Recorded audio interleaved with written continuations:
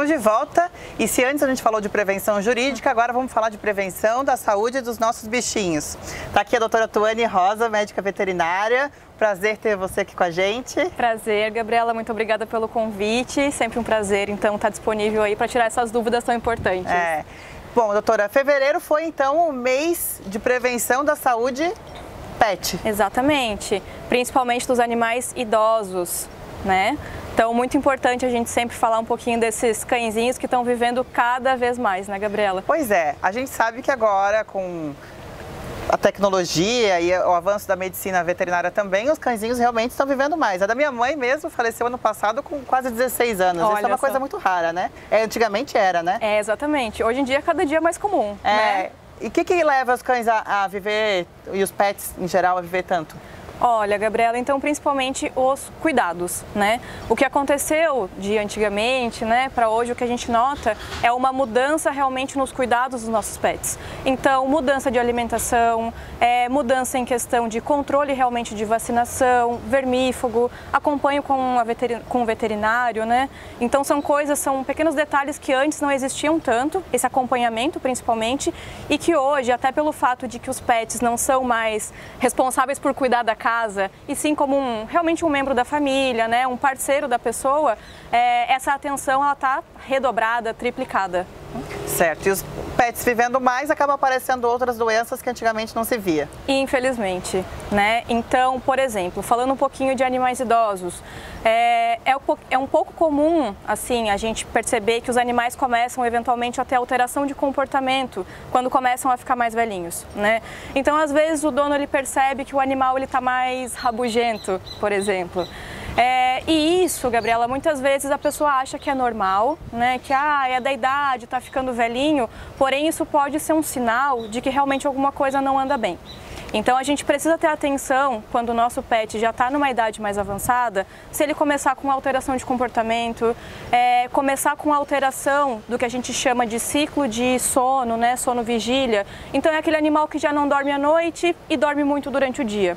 À noite fica andando pela casa, eventualmente fica latindo, né? Que a gente vê que ele não está com o comportamento normal dele. Então isso já nos serve de alerta que alguma coisa pode não estar tão certa quanto a gente imagina. Bom, isso é uma senilidade normal ou isso é alguma doença específica? A gente não chama de doença, é um processo degenerativo. Então a gente pode fazer aí um panorama com o que seria pra gente o Alzheimer, por exemplo, né?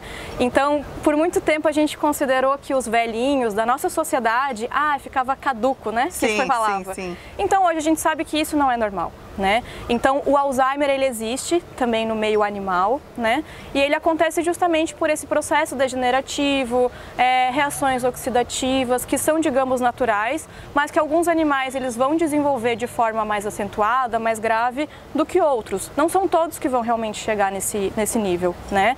Só que quando a gente começa a identificar, por exemplo, que o meu animal não se comporta de maneira normal, começa eventualmente a fazer xixi fora do lugar, já não come como antes, a gente precisa, nesse momento, pensar que ele precisa realmente passar por uma avaliação veterinária, passar por um check-up, porque isso pode ser relacionado, como tu falou, à senilidade, mas tem outras doenças, né, inúmeras, que podem também causar esses distúrbios. Então, se a gente só ficar pensando que é porque ele está velhinho, é um processo normal, a gente pode estar deixando de tratar algo que realmente teria, digamos, um controle mais fácil, né, levando até mesmo uma cura desses sinais. Então existe tratamento, não é achar que vai ficar assim para sempre. Pode ser que tenha alguma coisa a se fazer.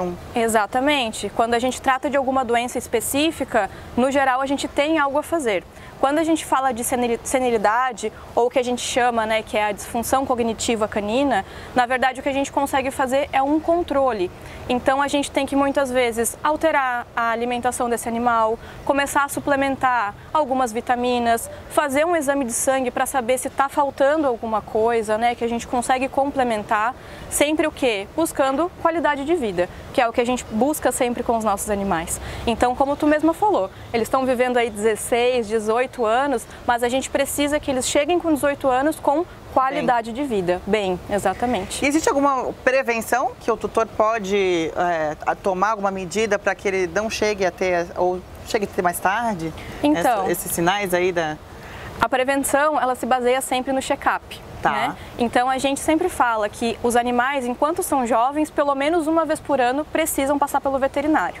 Quando já estão numa idade mais avançada, a cada 6 meses se recomenda esse acompanhamento. Por quê? A gente consegue identificar que uma doença está no início e justamente ou prevenir, como tu mesmo falou, ou parar aquela progressão.